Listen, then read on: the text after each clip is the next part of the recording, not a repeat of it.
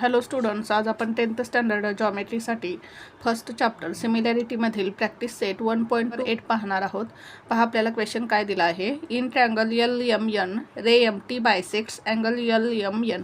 या ठिकाणी आपल्याला ट्रँगल एल एम एनची फिगर दिलेली आहे. याच्यामध्ये रे एम टी हा अँगल एल एम एनचा बायसेक्टर आहे.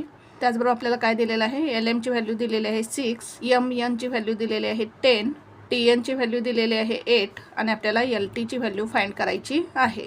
आता आपल्याला काय दिलेलं आहे, एम टी हा अँगल एल एम एनचा बायसेक्टर आहे. म्हणजेच या ठिकाणी आपल्याला अँगल बायसेक्टर थिरम यूज करावा लागणार आहे. काय आहे आपला अँगल बायसेक्टर थिरम?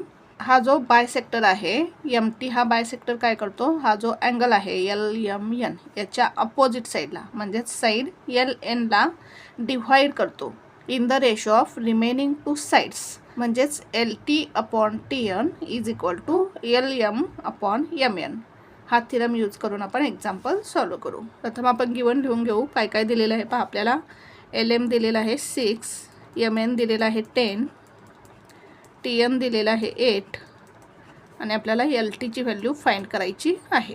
त्याचबरोबर आपल्याला काय दिलेलं आहे पहा, in triangle L M N ray M T is the bisector of angle L M N.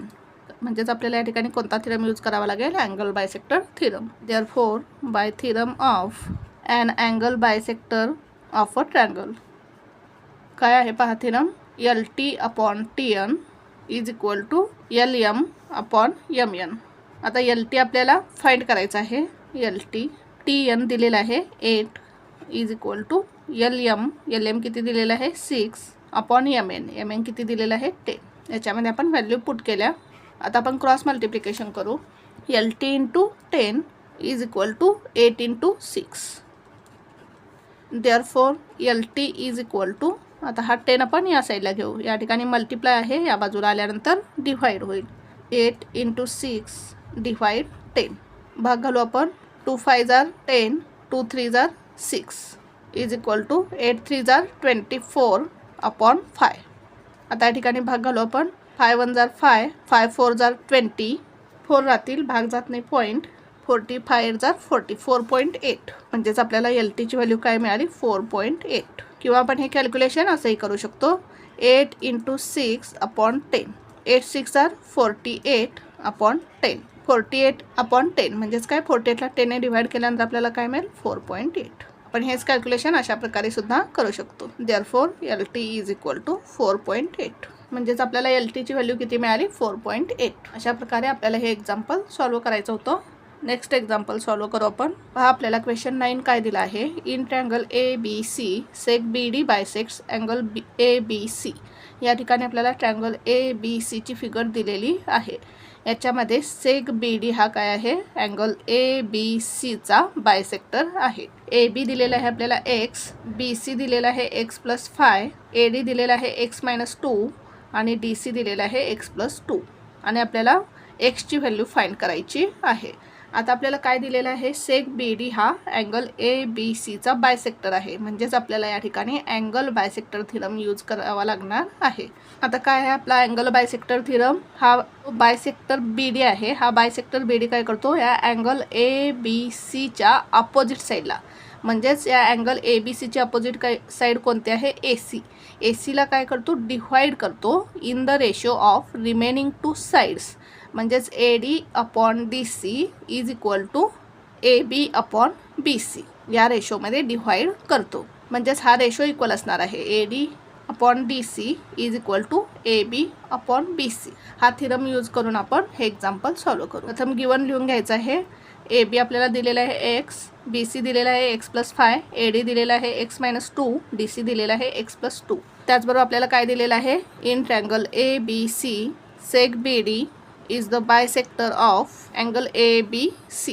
Therefore, by theorem of an angle bisector of a triangle. काय आहे आपला theorem, AD upon DC, AD upon DC is equal to AB upon BC. आता याच्यामध्ये आपण value put करू. AD किती दिलेला आहे पहा, x minus 2 upon DC, DC किती दिलेला आहे x plus 2 is equal to AB, AB किती दिलेला आहे x upon B C, B C किती दिलेला आहे x प्लस 5. आता आपण क्रॉस मल्टिप्लिकेशन करू. X plus 2 into x, x plus 2 into x is equal to x minus 2 into x plus 5. आता एक्सने काय करू, या दोन्ही टर्म्सला मल्टिप्लाय करू. X into x x square plus x into 2 2x is equal to, आता या एक्सने आपण या एक्स प्लस 5ला मल्टिप्लाय करू. X into x plus 5. प्रथम काय केलं, या एक्सने आपण एक्स प्लस 5ला मल्टिप्लाय करायचं या ब्रॅकेटला. आता या मायनस 2नं काय करू, आपण या एक्स प्लस 5ला मल्टिप्लाय करू. मायनस 2 ब्रॅकेटमध्ये X plus 5 X square plus 2x is equal to, आता एक्स इंटू एक्स काय येईल, X square plus x into 5x. प्रथम काय केलं, या एक्सने या एक्सला मल्टिप्लाय केलं एक्स स्क्वेअर प्लस या एक्सने या 5ला मल्टिप्लाय केलं एक्स इंटू 5x. आता या ठिकाणी मायनस साईन आहे. मायनस 2 इंटू एक्स काय येईल, मायनस 2x. आता या मायनस 2 इंटू प्लस 5 काय येईल, 5 2 जार 10 मायनस प्लस काय येईल, मायनस 10. आता दोन्ही बाजूला एक्स स्क्वेअर आहे, कॅन्सल होईल. 2x is equal to 5x minus 2x किती येईल, 3x मायनस 10. आता हा 3x आपण या साईडला घेऊ. या ठिकाणी साईन काय नाही म्हणजे प्लस आहे, या बाजूला आल्यानंतर मायनस होईल. 2x minus 3x is equal to minus 10. 2x minus 3x काय येईल, 3x मायनस 2x एक्स येईल आणि ग्रेटर नंबरचं साईन काय आहे, minus x is equal to minus 10.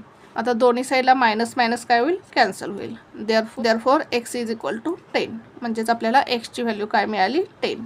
आपल्याला एक्सची व्हॅल्यू फाइंड करायची होती. खाली आन्सर लिहू आपण, therefore the value of x is 10. अशा प्रकारे आपल्याला हे एक्झाम्पल सॉल्व करायचं होतं. Thank you for watching this video. जर तुम्हाला व्हिडिओ आवडला असेल तर व्हिडिओला लाईक करा, कमेंट करा, शेअर करा आणि चॅनलला सबस्क्राईब करा.